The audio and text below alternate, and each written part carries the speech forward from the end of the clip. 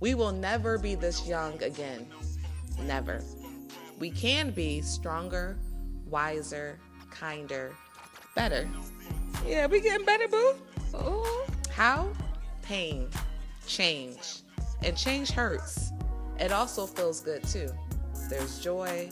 There's peace in the middle of the storm. There's love. A whole lot of love. You see what I did there? This is deep. Right. I should know. In the last quarter of 2017, I moved to Houston, Texas, baby. Population 2.3 million. From Rochester, New York. Population 207,000. That's a big jump. Right. This move from small city to large, from east to Gulf Coast, was a hell of a change. But I had to make it work to fulfill my purpose. Too old is for everyone who thinks they're too old to start over. Everyone who has gripped their balls and done it anyway. Everyone who takes risks. Everyone who is scared. Everyone living their best lives. And everyone who is tired of letting life pass them by. Too old is for you. Today we have Lotto Marie on the show. What's up? Daughter, sister, comedian, producer. Yes. And you know I love the written word. It's my life's work. So we'll start with a blog I wrote, then I'll kick it to you. You can tell me what you think and all about Lotto Marie. I'm a chill. All right? I'm chilling. Oh, I like, that's a money shot. Do you, boo? Ask and it will be given to you. Seek and you will find. Knock and the door will be open to you. I take a deep breath and tug at the church's door. Locked. My stride around the brick facade is brisk, but I take care to note the warmth of the sun and manicured lawn. The next door is also locked. I take a deep breath. A delayed limo and 2 canceled lifts cannot stop me from coming here tonight. I will find an open door. I quicken my pace. The next door is locked too, and the one after that. I sit on a courtyard bench. Yo, God, what's up?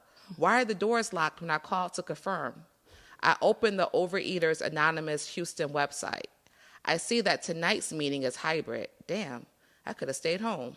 I log on. Behind me are door opens. We didn't hear you knocking. Short and stout, I follow the brunette inside where 7 other white ladies wait. Welcome. Their toothy grins make me wonder if they're offering me passage to the sunken place. I nod and sit. Turn my attention to the television monitor where the virtual portion is taking place.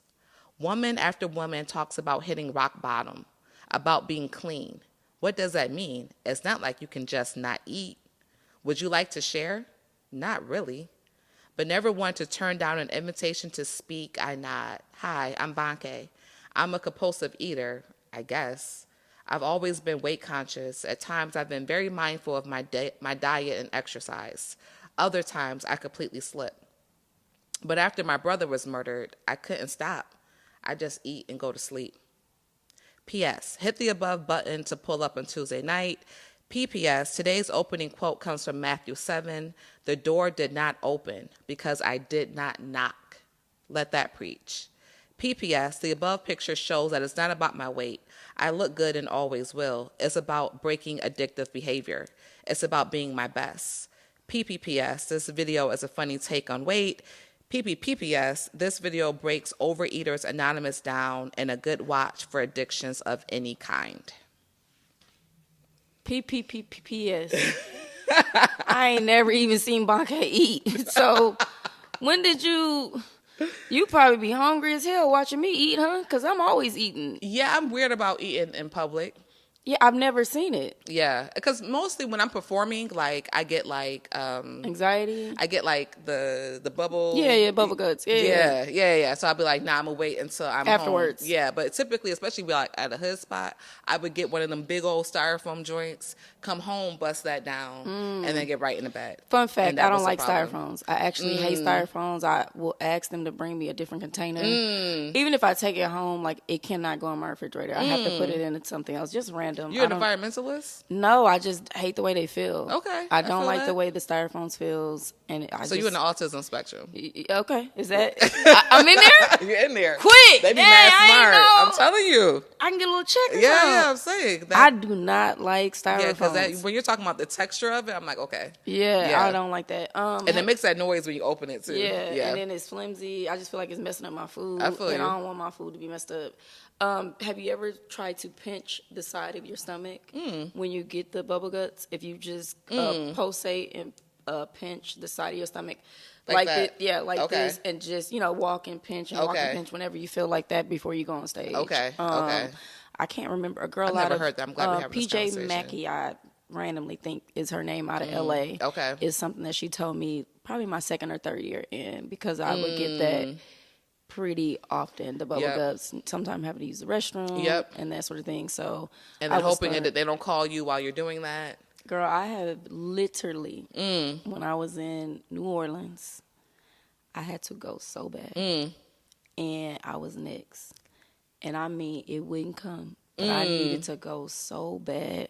But there's something about the power of that microphone in my hand. So I couldn't go. So I went up there and I think I was supposed to do like 10, 15 minutes. I probably did like 20 minutes. I mean, I had a good time. Yes.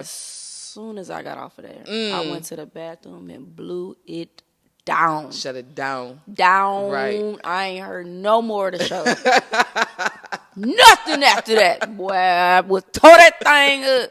And that's it hasn't happened often, but that's one of at least 3 different times that something similar of that nature happened, or I had to go before. Yeah, so that helps with the nerves. I guess, there's a difference between like the nerves and then actually my stomach, because sometimes I have stomach issues. Yeah. Contingent, like the surgery that I had previously. So, but sometimes. What surgery? I had the gastric sleeve. Yeah. This is my 5th year now.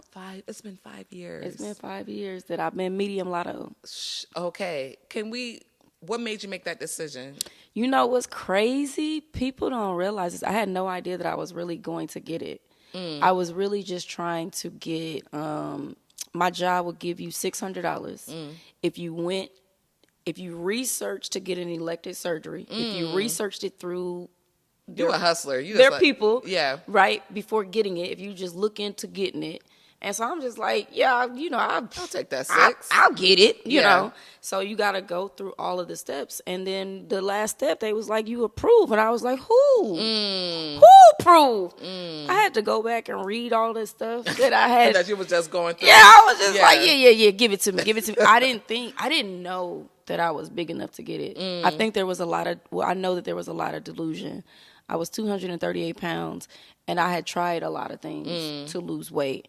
And I found out this surgery through a comedic friend from out of town, and I didn't know her at her biggest to understand what it did to her. And I didn't know anybody else prior. I had heard of it, but I thought 600 pounds, 400 pounds, not 238. Right. And I had tried a lot of things that did not work. Right. So I never digested. I wasn't ready. I wasn't ready for the change. Yeah, I wasn't ready for the change that happened, and because of that, I was actually sick afterwards. If anybody knows, I didn't do comedy for at least 6 months. I didn't work for like 5. Yeah, I stayed in my mom's house for like 3 to 4 months, and then I went back home. I had pretty much got on pain pills. It's the reason why I started smoking weed, because they wanted me off the pain pills. They wouldn't give me any more pain pills. Because prior to that, you didn't smoke. I know. I would, if somebody wanted to pass the weed, I would put it in my hand and do like this. Right. Like you passing the collection plate. Yeah, but you know what's crazy? That's why I have a problem. And I was a person that judged people that smoke weed. So now I have a problem when people judge people that smoke weed, because you don't know my story. Right. We don't know anybody's story. Yeah, you don't know nobody's story. So I don't drink anymore at all. I stopped drinking because of the weight loss surgery. You wasn't supposed to drink for 6 months. And at first I was just like, I ain't going to do it for 6 months. And I said I wasn't going to do it a year. And then I was like, I ain't going to do it until I drop 100. And then I just haven't went back. So it's been 5 years, going on 5 years that I haven't had liquor. But I started smoking weed because of the pain. Right. And weed is sold in a lot of places legally, just as like alcohol at one point was illegal. Right, for Cigarettes sure. were illegal. And so for people to condemn and to look at and to judge a person, you don't know what I went through. You know what I mean? You have no idea. Like, I literally, Tylenol 3 was my life with the codeine. So you said because mentally you weren't ready, that's why you got sick. So you feel like it was the mental block of it. So there are things that you have to be prepared for. And I think that that's with any surgery. Okay. And I think the one thing that I didn't do was that I didn't get a nutritionist. If I could go back and turn it all around, I think that I would look into getting a very good nutritionist to like, because it really is 80% of what we eat. You know, so a person that has like food, what did you call it in the beginning? Compulsive eater. Compulsive eating disorders. Anybody that has anything like that is definitely going to struggle. Yeah. With weight loss. So that's the joy, or that's supposed to be the benefit. It's a tool of getting the gastric sleeve, is that it restricts you. You can't eat. Right. Like, so you now can, what are you going to do if that was your thing? Yeah, like some people bypass it by getting sick. Some people will stuff themselves to sickness to where it pretty much breaks it. I've seen people that, like, you know, I don't like pain. Yeah. I don't do pain pills and stuff. So the medicine I was on, the Tylenol 3, was liquid. Okay. I'm not good at swallowing pills. You can make fun of me. It could be swallowing. Yeah, I can't. Yeah. Okay. No, I don't swallow. For the record. Period. Yeah. Yeah. Let's not be. There's no confusion there. That's just the facts of the matter. You understand? I do. But yeah, you know what? I try to talk about this on stage, and I feel like it turns into a like a TED Talk. Yeah, because black people are not familiar with it, which is one of the things that I wasn't. I wasn't familiar with everything, and ultimately, like I was saying, nutritionists could really help you to understand macros and understand the do's and the don'ts. And I didn't, and because I wasn't prepared, I was putting things in my body that was making me sick. And that was essentially the problem, where I thought that they were healthy. They still contain a lot of fat. So even if it was like turkey sausage, there's still a lot of fat in that. And my stomach is extremely small. It's, you know, from 80 to 20%. Okay. So you can't put that much fat. So I would get sick. So, and then I think, you know, I ended up, you know, I don't know. I don't know that it was just that I wasn't ready, but my body was definitely not ready. So I was ill, and I was questioning, was I really ill? It was just a lot of mental that went along with it. And then so you were back in Oklahoma? I was here in Houston. Okay. Yeah. I was here in Houston when I had the surgery, and my mom lives here. So, yeah, I stayed with her for... I didn't know your mom was in Houston. Yeah. How long she been here? She the reason I'm here. Oh. I moved here when I was young. I missed that whole thing. When you be seeing her on the internet. I always thought you were home. Yeah. Okay. No, I take her home with me sometime. We go home from time to time. But yeah, you didn't bring me here to talk about weight loss. Well, actually, I choose the one I'm going to read for the guests, right? Because obviously we can go back and forth. We can banter, and it's going to be funny, right? Right. But as you said, there's certain things it's harder to say on stage, and people are waiting for that next laugh. Yeah. Whereas this platform, it allows for you to talk about something that's a bit more substantial. Right. You know? I'm done. But let's get, if you would be so kind, we have a guest waiting out there. Thank you. We're multitasking here, right? We just, you didn't do comedy for 6 months during that time. Yeah. What did that feel? That's the longest break you've ever taken, right? Yeah. And you know what's crazy? I don't subtract that from the time that I did comedy. Okay. I see people do weird things like, I did COVID that was probably the only time that during the time that I've been doing comedy that I wasn't funny. My mom was scared. Because you had not a joke in you. She said, she was like, are you ever going to smile again? She was concerned because it wasn't funny. And so now that's the joy of going through things, because it changes you. Like, I can never be back in that place, in that space. Yeah. Because now I know. The problem then is that I didn't know that it was ever going to end. I was in pain every day. Yeah. You know, when you get knee surgery, hip replacement, shoulder, something, you go through therapy. There's no therapy for your stomach, for abdominal pain, for gastric, whatever. They have to just guess what it is by trial and error. And so that was the thing. It was like, why is there still pain? Run tests, run tests, run tests. It's not. It's like a process of elimination. I end up having. That sounds like comedy in a way. Right. Right. You just got to try. It out. Yeah. Until you figure it out. I had to make a lot. I didn't eat. I was addicted to with Smoothie King, kid smoothie with no additives in it. So it's pretty much just ice and strawberries. And I ate that. I drank that almost every day, just a kid size. And then gradually I would eat things. And if I ever got sick, I would not eat it. I didn't eat rice for like a year because I swore that it was the rice. The rice was the problem. And so things like that do really affect my stomach because it gets inside you and it swells. So you think you're not full. And then next thing you know, like you have to imagine it like this. Your stomach is a circle. And when you have this surgery, they make it an eye. So they cut it. So now once it fills, that's a wrap. Like it has to come back out. The eye got to come up. Like there ain't a circle for it to, gather around. It's like, hey, we at capacity. So you can put this food in there. So you can't eat and drink at the same time. There's so many different things that you have to learn. You have to eat much slower. Like all of these things play a role into it. So during that time, it wasn't funny because I didn't know that it was ever going to end. I didn't know that the pain was going to stop. And that, I was like, God, make it, make it stop. Let me get one good day. I would get a good day. Let me get 2 good days.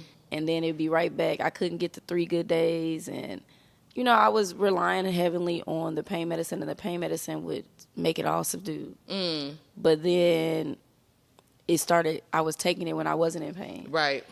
Just because I loved the way that it made me not be in pain. Yeah. So, I was pretty upset that they wouldn't keep giving it to me, but, that's when the marijuana really helped to ease me out of that. And it helped. It ultimately helped with the pain. And when I returned to the stage, it was so awkward. Did you feel like you were starting all over again? I didn't feel like I was funny. I felt like I was funnier when I was Big Lotto because I didn't care. Okay. I was doing something very weird, and I still got like tapes. I was holding my arm. I was used to obviously putting my arm on my fat and resting it. Okay. So that was an awkward thing for me in the beginning, is that my hands was weird. Like it was just weird. It felt different. And the weird thing is people didn't know. People didn't notice. Right, but you knew.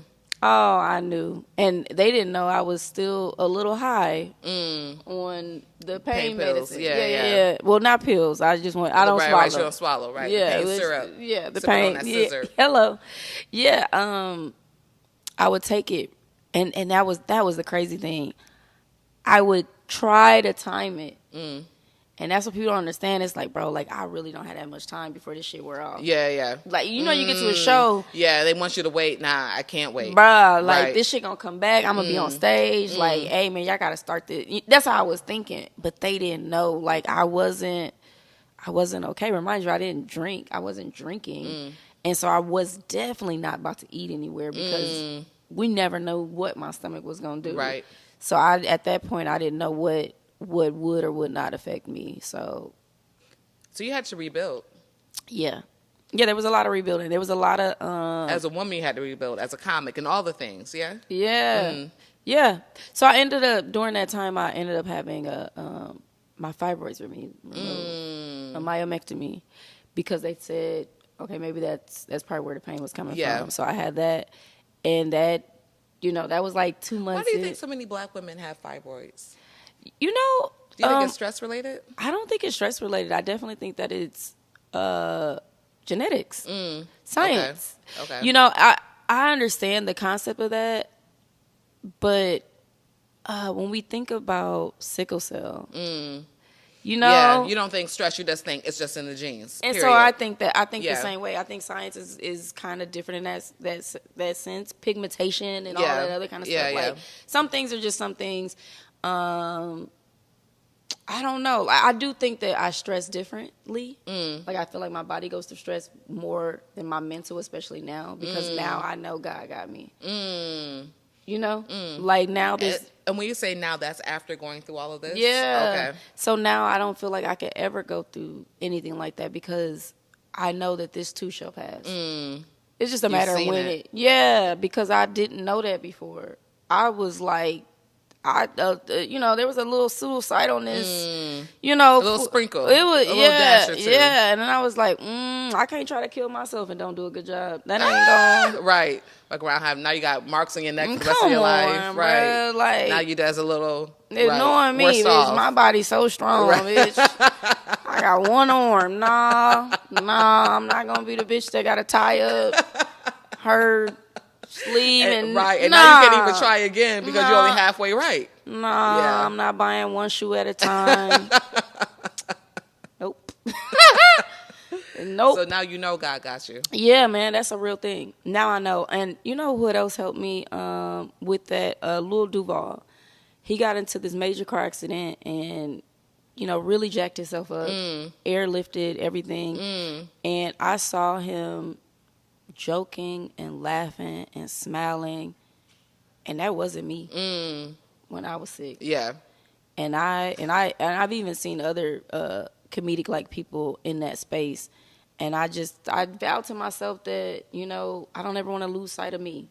Because at the end of the day, I know God got me. Yes, he does. Yeah. And so that's a forever lesson. Yeah. So you've been 9 years in the game? Technically, this is my 8th year. Okay. This is my 8th year. How have you changed as a comic in these 8 years? Man, I am still developing, but I'm wiser. When I first started doing comedy, I really just wanted to MC and host events. That's where the name MC Lotto comes from. I just wanted to MC and host events, and I thought I needed an MC name for that. So I created that, and I ended up developing a set. Messed around, and I learned how to come on now write a joke or two. Mess around with the get round. Yeah, so my comedy has grown. Comedically, I view comedy differently. Like I'm just a little bit smarter now. And now I'm at a point where I want to say more. You know, certain topics that I'm not really into politics. That's not my thing. Yeah. You know, and if that's your thing, that's your thing. And I think that that's dope, but I don't watch that in my normal life. Right. But I pay attention to the things that what I'm noticing now is the way that the people connect to the jokes that I have.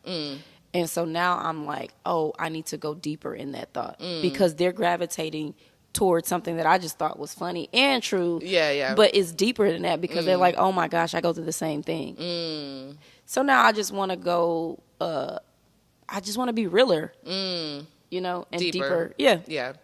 That's pretty much, that's where I'm at now. May I ask, how young are you? I am 39. Okay. I know I look way younger. I should start lying.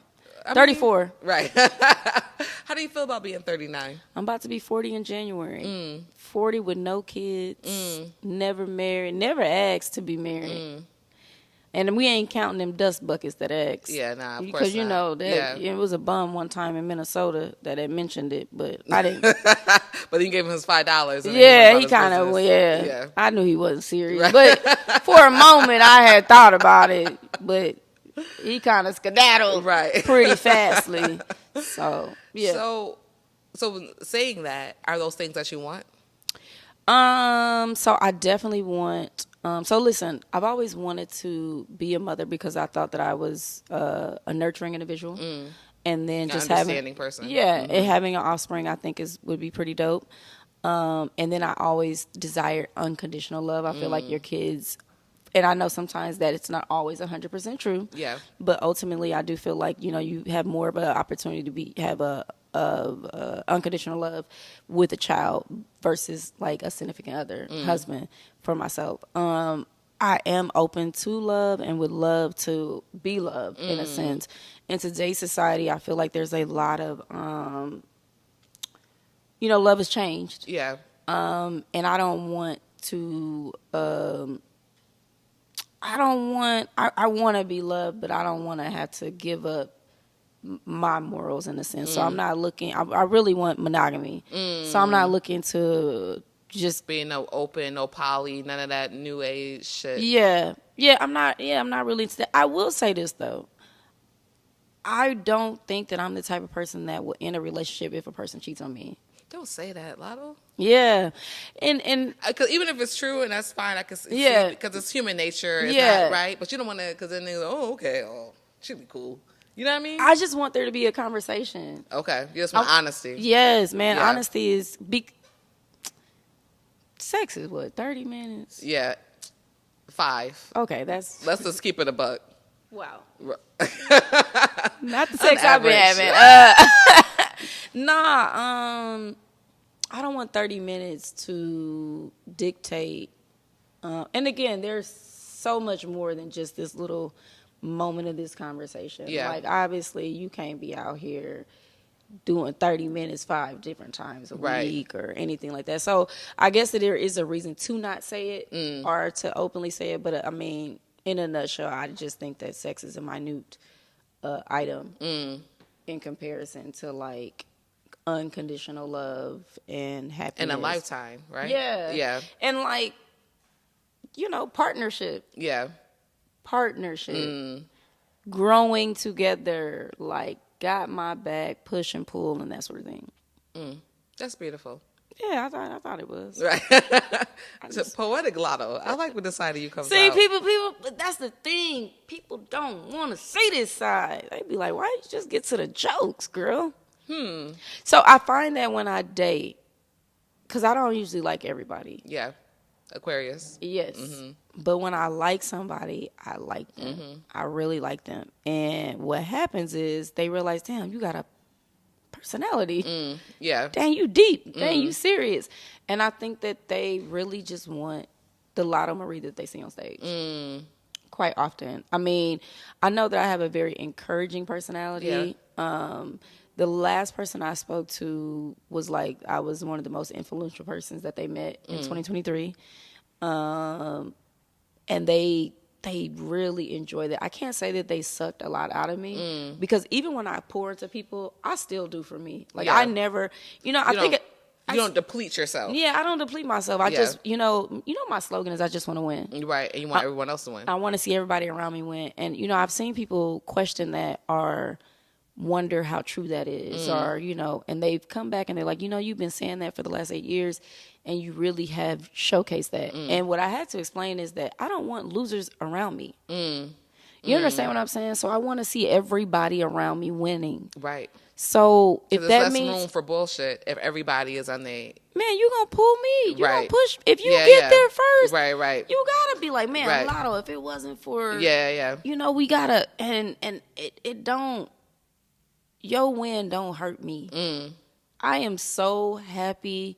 And I just pray that I never get to that point of being upset with where I'm at within my comedy journey. Because you see a lot of people that are envious-hearted of people that come in before them that do very, very well. That don't bother me. Because what I'm working on is what I'm working on. Right. And so I just finished an auctioneer program. And I'll be sitting for my auctioneer to be licensed in the next 2 to 3 weeks. I'm waiting for them to let me know. Congratulations in advance. Yeah, thank you. So I'm on my own journey. You carve your own lane. Yeah. So I congratulate people when I see them doing great things. Sometimes it encourages me because I didn't know that was an option. You have to remember, this is an industry that I didn't know existed. Right. So I'm learning often about the variety, about the sky is the limit. And Because there are so many different buckets within comedy as a whole. Like, so many different niches. Writing. Yeah. And, like, even the auctioneer thing, that's going to be a whole nother, like... That's going to take your hosting to... What? Yes. I was just at this thing by Open Door Mission, and the guy who was hosting did the auction, too. And he was hilarious. So when you just said that, I'm like, oh, okay. That's because I've seen it. Yes. Yeah. So I'm not doing people. Every time I try to explain to people, they're like, "Oh, you gonna do the fast talking?" He probably didn't even talk that fast. He didn't. Yeah, because I want to do benefit auctions. So it's Yep. benefits fundraiser. St. Jude needs to raise $3 million. They need an auctioneer. Yep. They need somebody with personality, charisma, somebody. And then for me, I'm hilarious. I'm a joke and say things. I'm gonna entice people to spend money. They're not spending money. They're donating. Right. And so that's me. I got the gift of gab. Right. And you get to help people. You're helping and these I'm helping. organizations. And, you know, St. Jude gets me every time that commercial comes on TV1. They keep playing it because they know black people be kind-hearted. Every time they put that QR code, they make it nice and easy too. I'm like, oh, little Bobby, I want him to live. So listen, this is like a connecting moment. I was sick. When I was sick, I was at my parents' house and I just used to walk around. I couldn't sit down. I would walk for hours in a circle. From the back room, hallway, another hallway, the den, through this, this is the den, the fancy room, the kitchen, the dining, and then we all got a bunch of rooms, huh? A living room. She got money. Yeah, I would just walk in this, just around and around, and one day that goddamn St. Jude commercial came on, and you know, them motherfuckers don't be having an arm. Yeah. No hair, bandage. And babies. And I'm crying. And I'm crying. And these motherfuckers ain't got limbs and they, you know, it's like, mother, get your shit together. Yeah. And so, yeah, I remember that moment. I remember thinking like, girl, you could do this. You could do this. Now, come on now. Yeah. Get it together. Yeah, that's crazy. I didn't even think about that. As we wrap up, what's something that you are not too old for? Oh, you know what? I'm not too old to have fun.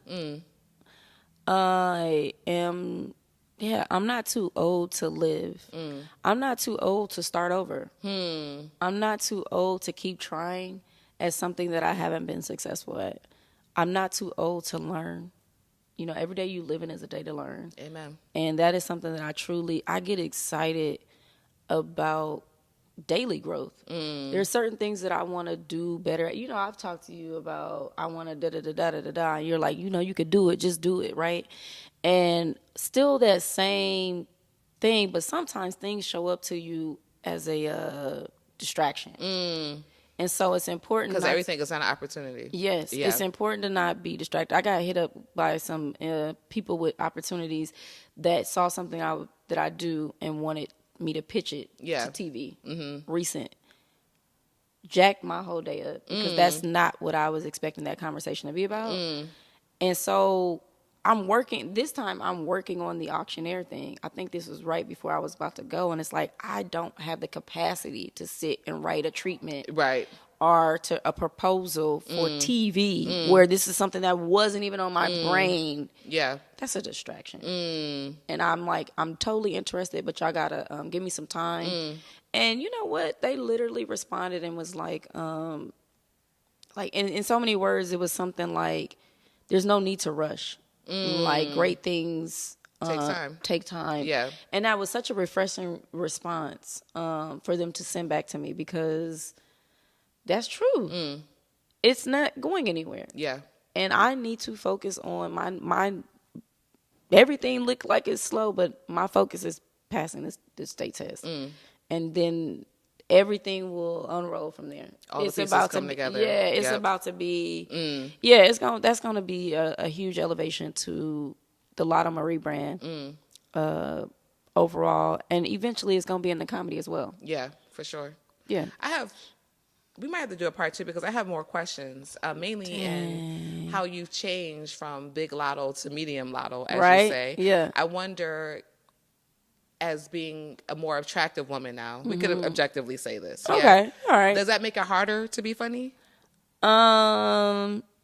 Yes. So, and here's the thing. I wasn't always big.